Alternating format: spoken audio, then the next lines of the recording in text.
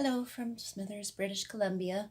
So in this particular video, we're going to talk about numbers and a vision for 2020 and the future of our post-national country as dictated to us, emphasis on the dick, in charge.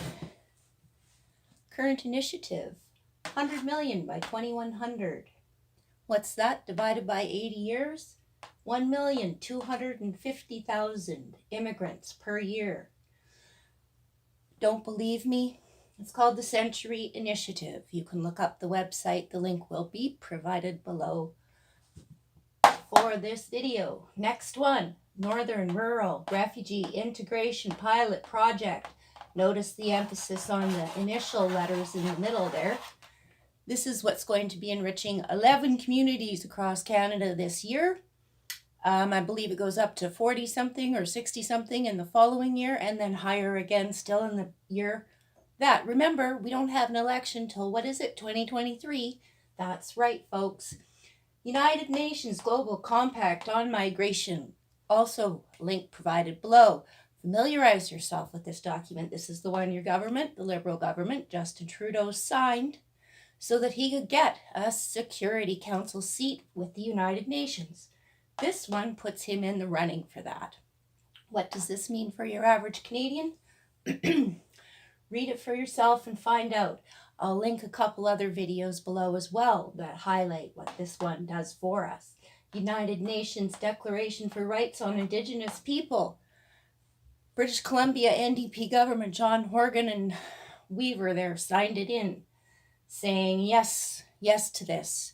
This allows the UN to interfere with the rights of Indigenous people within the borders of our so-called sovereign nation. Asylum loophole at the border, Roxham Road.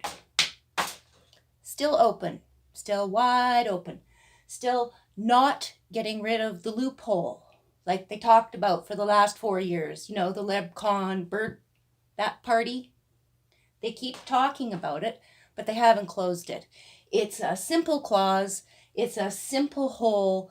Plug it up. Declare the border official point of entry. And ta-da! You have the law behind you in our apparently rules-based law society here.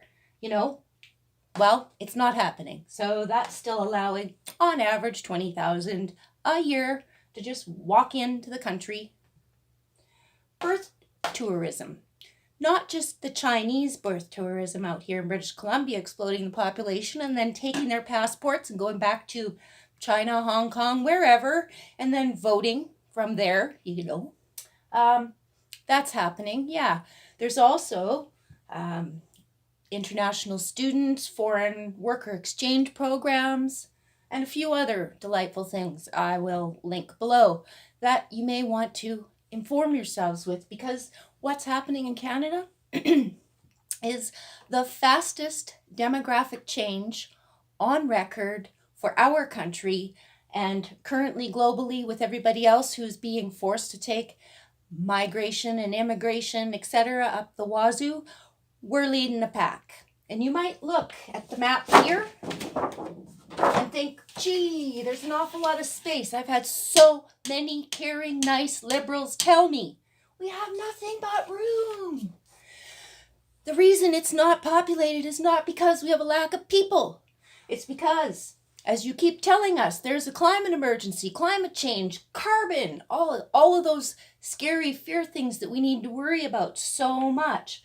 And guess what? In order to live in this climate, in this terrible country up here, where all these cold seasons happen and the harsh conditions are involved in living here, with all of that, it takes a whole lot of energy to make that happen. A whole lot.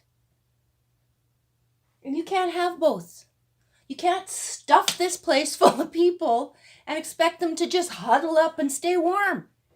You can't produce enough food for that. We already import most of the food we eat here as Canadians, the almost 7 million of us that are here. By next year, probably going to be 38 plus. Wrap your head around that, people. Millions upon millions, year after year after year after year after year after year after year after year. You can't build houses to house the people here already. How are you, at this rate, going to keep up with that? How are you going to provide the energy and the infrastructure?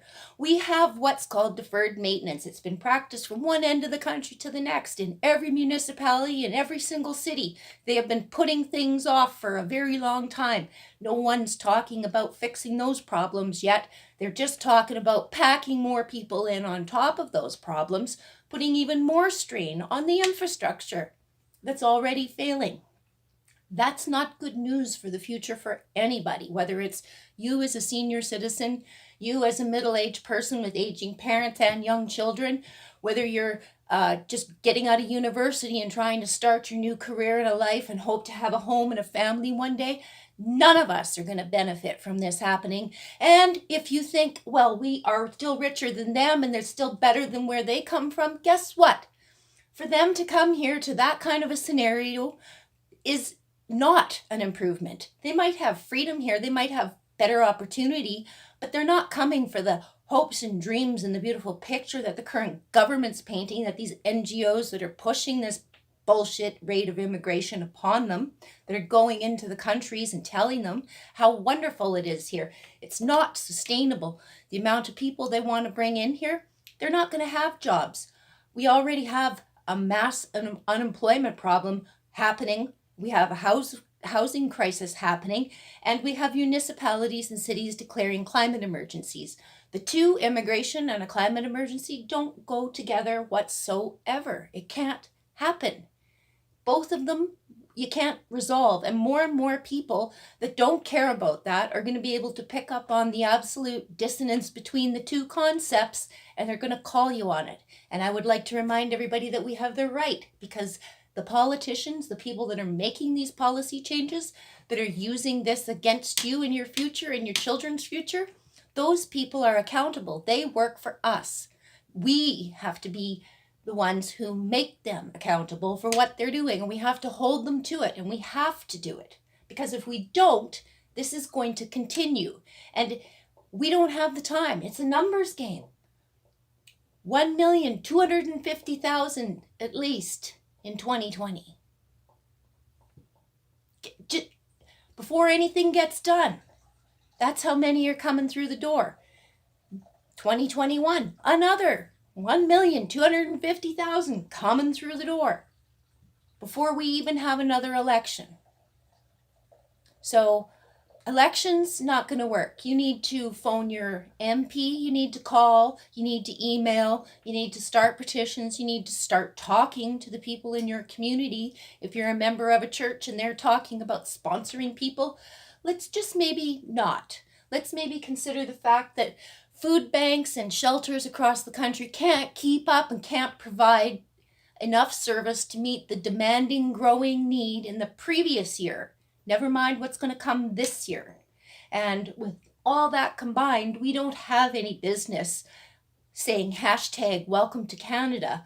We should be getting busy, at the very least, putting out a hashtag Canada's full. We got our hands full, the plate's full, and if we don't start dealing with what's already here, we're not going to have anything left to deal with what's here. It'll just be a third world shit show with snow.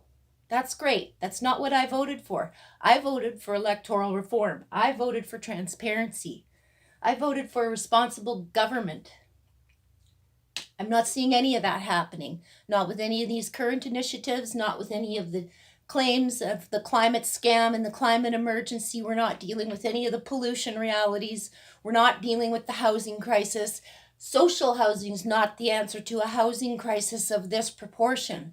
All the policies on the table that are being put forth by our current government, by the people in power with the checkbooks spending your money, are not qualified to be doing so. And we need to do something about it, at the very least, making a very loud, typical un-Canadian kind of coast-to-coast sort of complaining session. Let's start off the new year on a real bitchy kind of foot and let them know we're not happy with what they're putting out. We're not okay with it. Go on the videos that you see that are promoting immigration, Put some thumbs down there, report them, make comments. Do not let them push us around, because this is our country and we are losing it very, very quickly. And we have to start doing things that might not suit us because we like to be polite and friendly and get along with everybody. But that's biting us in the ass as we speak, and it needs to stop. It doesn't mean you turn off your altruism or your compassion for people. It's not about that.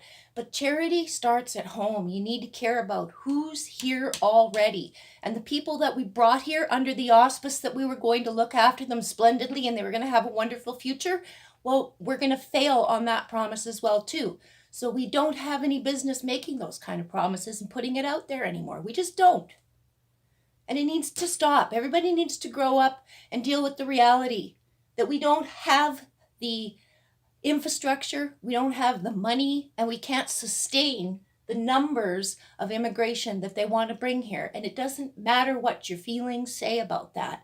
The facts are what need to dictate and guide the decisions and policies in this day and age. The adults in this country need to stand up and do something to stop this from happening to our future generation, or we won't have a country to hand over to them. Thanks very much for tuning in and listening. Sorry about the awkward presentation and outro as well. Have a great day. Bye from beautiful BC.